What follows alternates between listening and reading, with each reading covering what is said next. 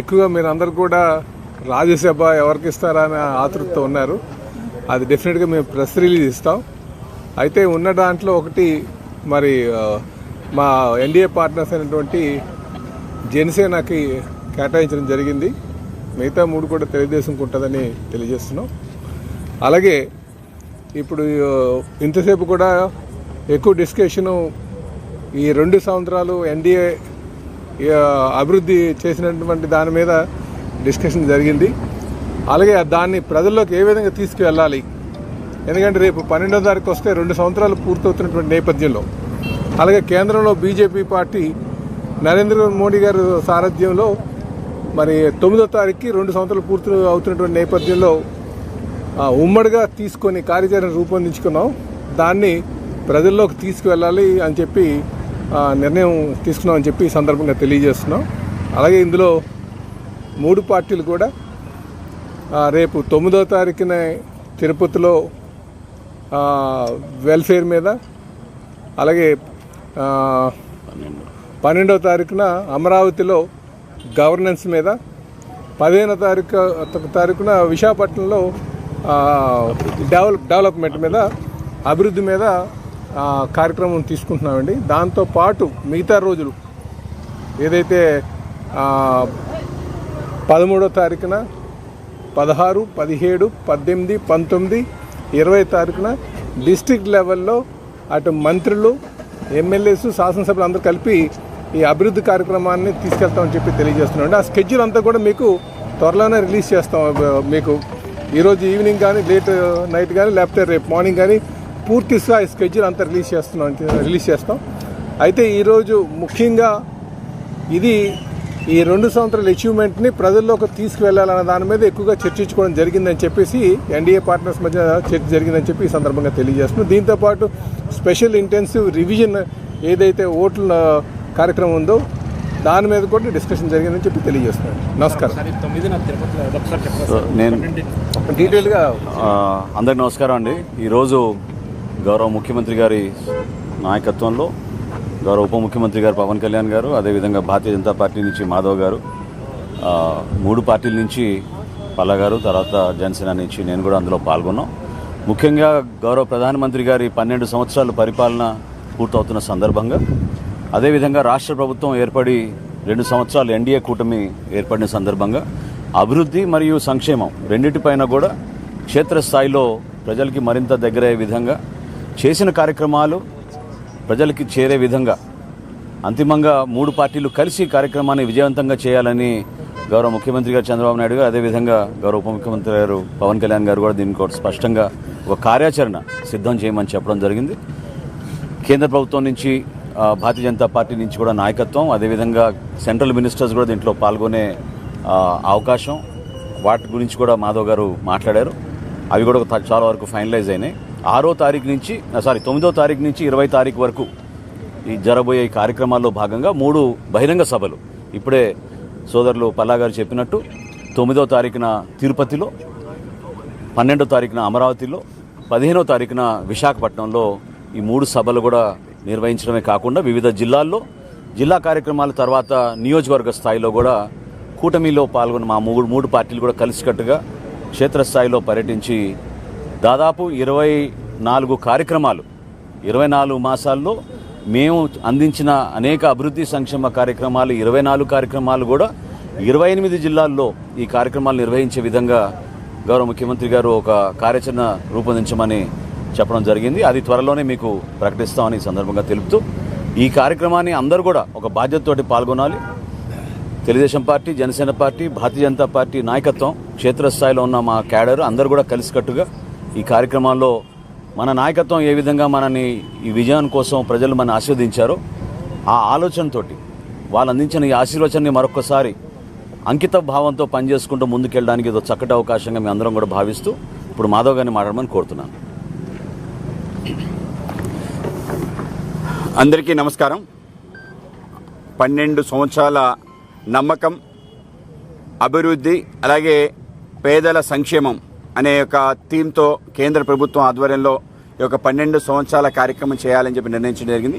ఇవాళ గౌరవ ముఖ్యమంత్రి గారు, అలాగే ఉప ముఖ్యమంత్రి శ్రీ పవన్ కళ్యాణ్ గారు, కలిసి ఈ యొక్క ఆలోచనని పెద్ద ఎత్తున చేయాలి. రాష్ట్రంలో 2 సంవత్సరాల ఎన్డీఏ పరిపాలన కూడా జోడించి పెద్ద ఎత్తున ఈ కార్యక్రమాన్ని ముందుకు తీసుకెళ్లాలని చెప్పి అనుకోవడం జరిగింది. దాంట్లో భాగంగా తిరుపతిలో ఏదైతే సంక్షేమం ఉందో సంక్షేమం మీద పెద్ద ఎత్తున కార్యక్రమాలు చేయాలి.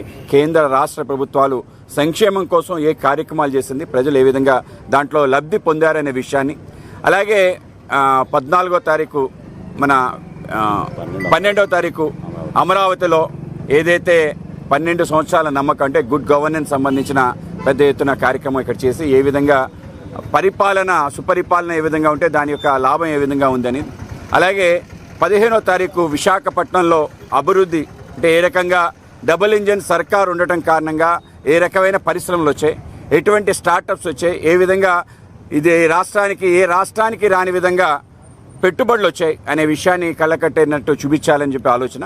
ముఖ్యంగా ఈ యొక్క కేంద్ర రాష్ట్ర ప్రభుత్వాల యొక్క పరిపాలన కారణంగా ట్రాన్స్ఫర్మేషనల్ చేంజ్ దేశంలో ఏ విధంగా వచ్చింది, ఇన్ఫ్రాస్ట్రక్చర్ విషయంలో ఏ విధంగా ట్రాన్స్ఫర్మేషనల్ చేంజ్ వచ్చింది, అలాగే రైతాంగానికి సంబంధించిన చేంజ్ ఏమి వచ్చింది, అలాగే పేద ప్రజలకు సంబంధించిన జీవితంలో ఎటువంటి మార్పు వచ్చింది లాంటివి మనం ముందుకు తీసుకెళ్లాలని చెప్పి ఆలోచన చేస్తున్నాం.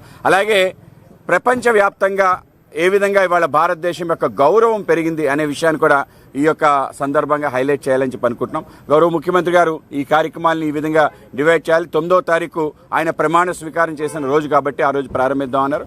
ఆ విధంగా ఆ రోజు ప్రారంభించి అనేక రకాల కార్యక్రమాలు అంటే 24 థీమ్స్ అంటే 2 సంవత్సరాలు రాష్ట్ర ప్రభుత్వం పూర్తయిన సందర్భంగా 24 నెలలు దానిని ఆ విధంగా బేరీ చేసుకుని 24 అంశాలు ఏవైతున్నాయో వాటిని ఒక థీమ్గా పెట్టి ముందుకు తీసుకెళ్లాలని చెప్పి అనుకోవటం నిజంగా ఈ రాష్ట్రంలో పెద్ద ఎత్తున ప్రజలందరికీ కూడా వాళ్ళ కళ్ళకు కట్టినట్టు అభివృద్ధి ఏమిటి అనే విషయం, దేనికోసం ఈ యొక్క కూటమి పనిచేస్తుందనే విషయం వాళ్ళందరికీ తెలియజేయాలని చెప్పి పెద్ద ఎత్తున కార్యక్రమాన్ని నిర్ణయించుకొని ముందుకెళ్తాం. ఆ విధంగా రాష్ట్రంలో రాబో 3 సంవత్సరాలు కూడా అటువంటి ఏదైతే రోడ్ మ్యాప్ అనుకున్న ఆ విధంగా తీసుకెళ్ళడం జరిగింది. అన్ని రంగాలకు కూడా అభివృద్ధి చేసే విధంగా పెద్ద ఎత్తున కనీ విని ఎరుగని రీతిలో ఒక భవ్య రాజధాని నిర్మాణం, అలాగే మన యొక్క పోలవరం పూర్తి స్థాయిలో దాన్ని పూర్తి చేయటం, అలాగే రాష్ట్రానికి సంబంధించిన railway projects Visakha railway zone రావటం కూడా చాలా గొప్ప విషయం. దేశంలో ఎక్కడా జరగని విషయం ఒక రాష్ట్రానికి సంబంధించి ఒక జోన్ రావటం అది కూడా చాలా పెద్ద అంశం. దాంతోపాటు అనేక రకాల పరిశ్రమలు ఇవన్నిటిని కూడా హైలైట్ చేసి ముందుకు తీసుకెళ్లాలనుకుంటున్నాం. కనుక మీ అందరూ కూడా తప్పనిసరిగా వీటిపైన అనేక శీర్షికలు కూడా చూపించాలని చెప్పి మీ అందరిని కోరుకుంటూ అందరికీ నమస్కారం. రాష్ట్రంలో పొదుపు చర్యలు డీజిల్ పెట్రోల్ అని మొన్నటి చెప్పారు కదా సార్, మరి ఈ కార్యక్రమాలన్నీ వెహికల్స్ బహిరంగ సభలు అన్నీ ఉంటాయా లేకపోతే మొత్తం అంటే ముఖ్యమంత్రి గారు రేపటి నుంచి ప్రారంభిస్తున్నారు. ఆయన కూడా రేపు విశాఖపట్నంలో మన పీయూష్ గోయల్ గారు వచ్చి కార్యక్రమాలు చేయబోతున్నారు. అక్కడ మొత్తం ఆయన సైకిల్లో తిరగటం, మొత్తం అందరు ఎమ్మెల్యేలు కూడా సైకిల్లో తిరిగే విధంగా కార్యక్రమం చేయాలని చెప్పారు. ఆ విధంగా మేము కూడా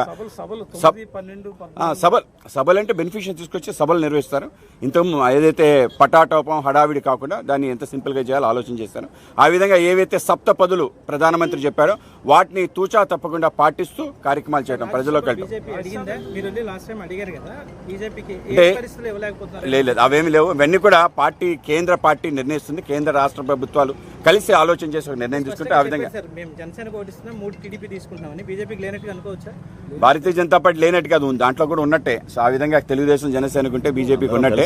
సో ఆ విధంగా కలిసి ముందుకు వెళ్ళాలనుకున్నాం. ఆ విధంగానే గతంలో జరిగింది. 2 రాజ్యసభ సీట్లు కానీ ఎమ్మెల్సీలు కానీ ఆ విధంగా వచ్చింది. ఆ విధమైన ప్రయాణంతో ముందుకెళ్తాం. ఇద్దరు గతంలో ఇచ్చిన 2 రాజ్యసభ టీడీపీ నుంచి వచ్చినాయి కాదు, వాళ్ళు ఆల్రెడీ ఉన్న వాళ్ళని రిజైన్ చేయించి బీజేపీనే చేయించింది. సో ఇప్పుడు ఒకటి రావచ్చు తీసుకోవాలన్న ప్రపోజల్ ఒకటి ఉంది అన్నది సార్, నిజమేనా అది? ఏదైతే నిర్ణయం ఉందో అదంతా కేంద్ర అధిష్టానం నిర్ణయిస్తుంది. దాని ప్రకారం వెళ్తాం. ఆ విధంగా గౌరవ ముఖ్యమంత్రి గారు కూడా కేంద్ర పార్టీతో మాట్లాడి ఆ విధంగా నిర్ణయం తీసుకుంటారు. మేము ఏదైనా కేంద్ర పార్టీ రాష్ట్ర ముఖ్యమంత్రి గారు ఏదైతే కలిసి ఆలోచన చేస్తారో అందరి కోసం ఆలోచన చేస్తారు కనుక దాంట్లో మా యొక్క ఆలోచన ఉండదు. కనుక ఆ విధంగా మీరు నడుచుకుంటారు.